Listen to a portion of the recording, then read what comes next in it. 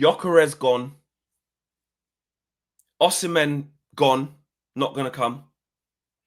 Shesko, forget it.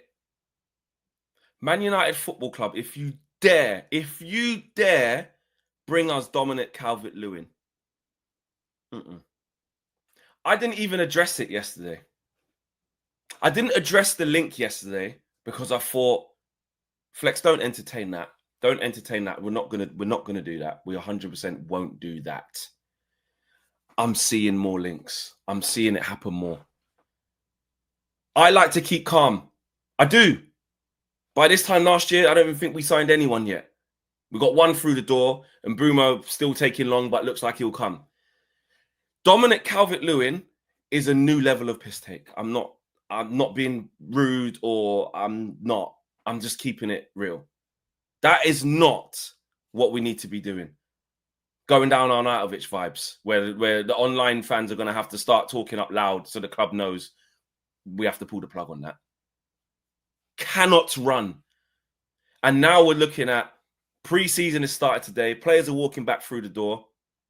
And like I said, I have said to keep calm. But now you have to start turning the ignition. Push to start. Or with us, we got the choke. Old school, you got to pull the choke out. Pull the choke out to start the ignition. Manchester United. It's going to start getting there soon. Let's be real. Now, things can change very, very quickly. Arsenal went from crying about Madueke to agreed terms with Gyökeres. Changes the complexion. It can change immediately. We need something purposeful on Bryan Mbeumo. Now, please. So, yeah, welcome to the show. Yeah, this kind of sort of begins, as Flex mentioned, covered it yesterday on Flex's View and also on the Football Flex. David Ornstein, Fabrizio Romano and others, they dropped the bomber yesterday that Arsenal were in advanced talks with Sporting Lisbon over a deal to sign Victor Gyökeres. The transfer fee is, still being talked about, but he's agreed to a 5-year contract. He only wanted Arsenal. Arteta's pushing for it. United, there were some links, I guess superficial, but Gyökeres off the table. Naturally, that leads to the question of, well, who are we going to get then? Who are we going to get? Enter Dominic Calvert Lewin.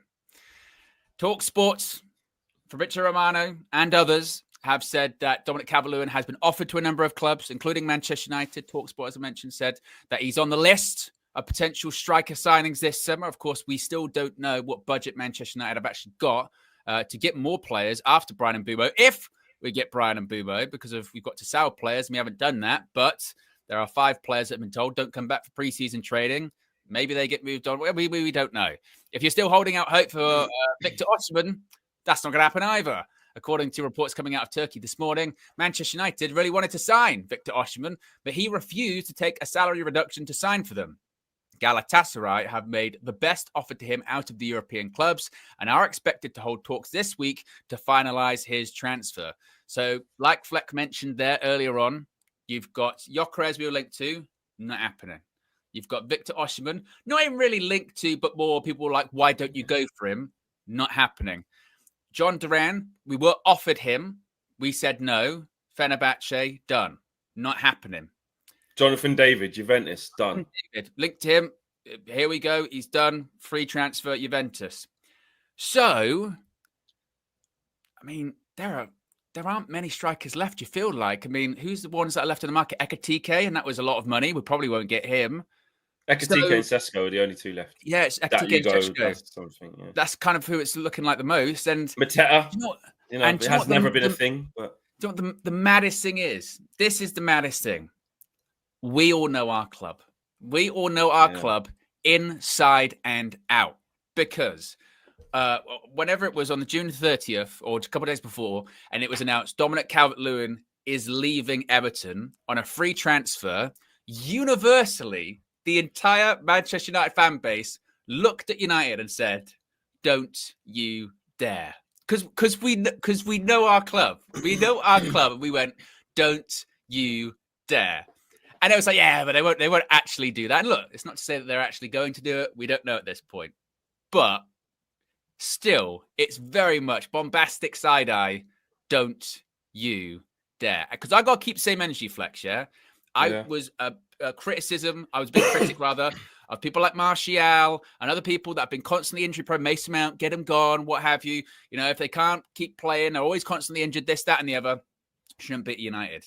If we go and get Dominic Calvert Lewin, who is worse than Anthony Martial, and he is just as injury prone as him, what are we doing? what are we doing? So my hope is that it's just his agent's trying to get him a good move. He's a free agent. It's a free transfer, and that's all it is. My worry is, as we've mentioned, the striking targets are kind of evaporating pretty quickly. There are still some on the market.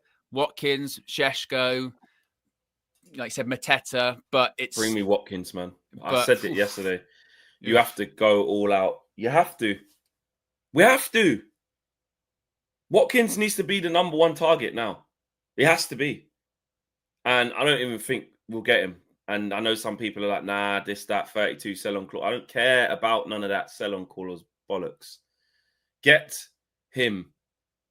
Mitrovic, someone just said there, grandpa 70. Like, it's getting concerning. It is because of the lack of options. And just on Calvert Lewin, my gut feeling, if I'm honest, do I think Man United are going to sign him? No, I don't. But like you said, Owen, you can't. It feeds into this panic, doesn't it? You know what I mean? Because of the lack of things happening, slowness, speed, and you go. And all of a sudden, you have to go to the guy's free who's just there. You can see a scenario, can't you? And I'm not saying this is the same, but you remember when it was during the COVID window, that the summer window was in like October, and we were looking for a striker then, and we ended up getting Edison Cavani. And it was, wow, he's a free transfer. And it was like, well, we can always fall back and go and get Edison Cavani. Look, give me that Edison Cavani now. Bloody how I take it in this team. So I can't even compare Calvert-Lewin to Cavani. But it's almost a similar situation where you can envisage a situation where it gets to the end of the window. We still haven't got that striker. And it's that kind of, well, like you said, who is available? Who is available today that we could get a job, that could do a job, basically? And look, Cavani worked out really well for a season.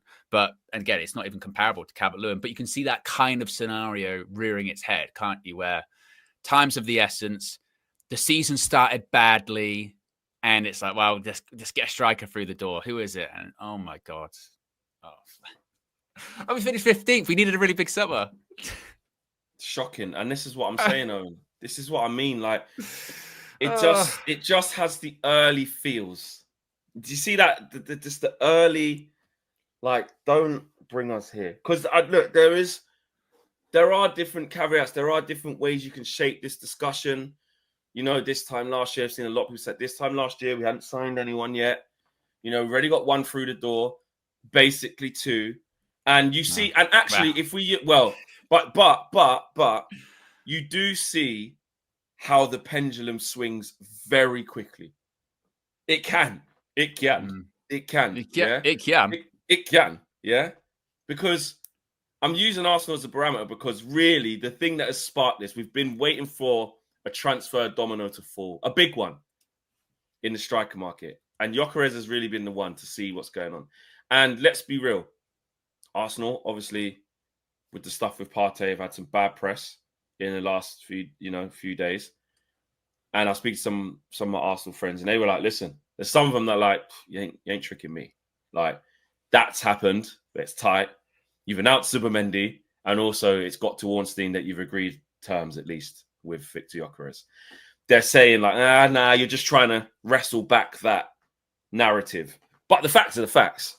They haven't been this far advanced with Gyökeres. This isn't something that's just happened yesterday.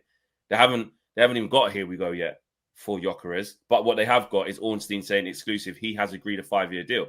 Nobody knows what the price is going to be because, like I said, that has been a mess. It's taken ages. That's why it's taken long. But it has changed the feeling among their fan base of Liverpool are getting this, City are getting that. What did you mean Kepa, Norgard, and bloody Zubimendi, who was done already? And now you're telling us about Madueke. What's that going to do? What? Agreed terms of Gyökeres. You go, well, okay. Well, and also it's bodies through the door for Arsenal, and that's what we want. We want bodies. We through need the door. bodies.